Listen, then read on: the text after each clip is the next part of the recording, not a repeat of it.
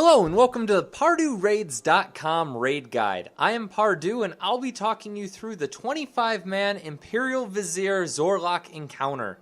Zor'lok is the first encounter in the Heart of Fear raid and is a two-phase fight, during which the Vizier will choose different platforms, each granting him specific abilities.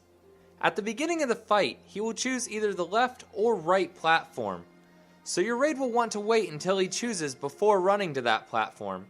In this video, he chose the right platform first, so I'll begin by explaining that one.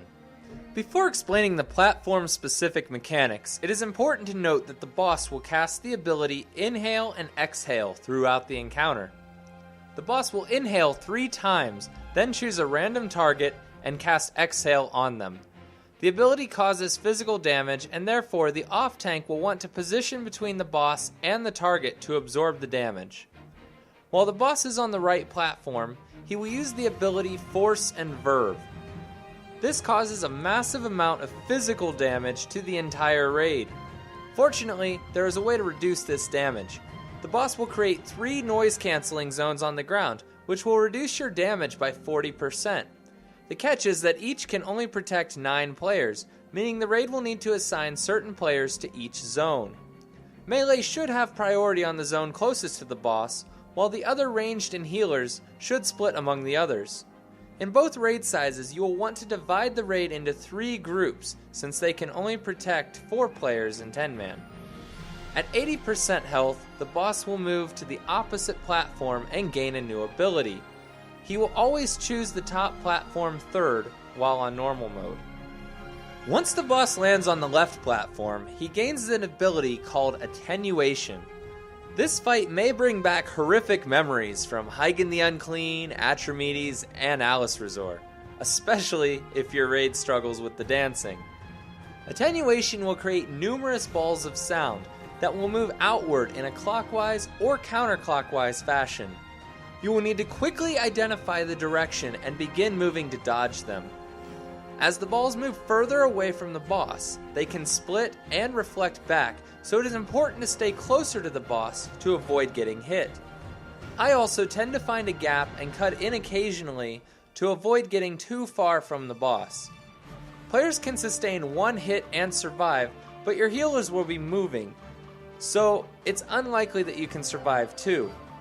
Since the damage is physical, things like Hand of Protection and Paladin Bubble can also be used to avoid the damage. Once the boss reaches 60% health, he will fly to the top and final platform. Remember that the raid takes damage and is silenced when running through the gas to a new platform, so do not enter it if you are low on health. After the boss drops onto the top platform, he will begin to use the ability Convert. This is a familiar mind control mechanic which will turn some of your fellow raiders against you.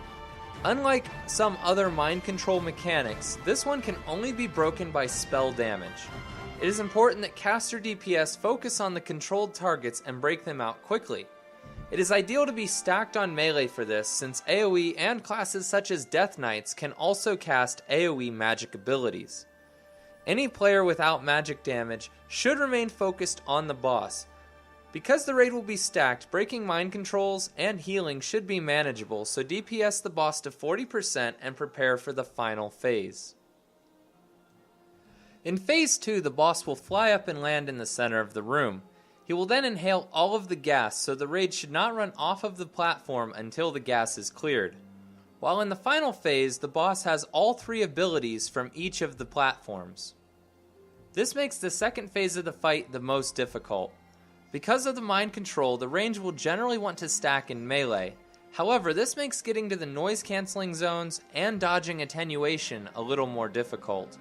To make things worse, the boss will cast his abilities frequently, so players will need to ensure they dodge avoidable damage, and healers will need to ensure that they can top off players following each Force and Verve.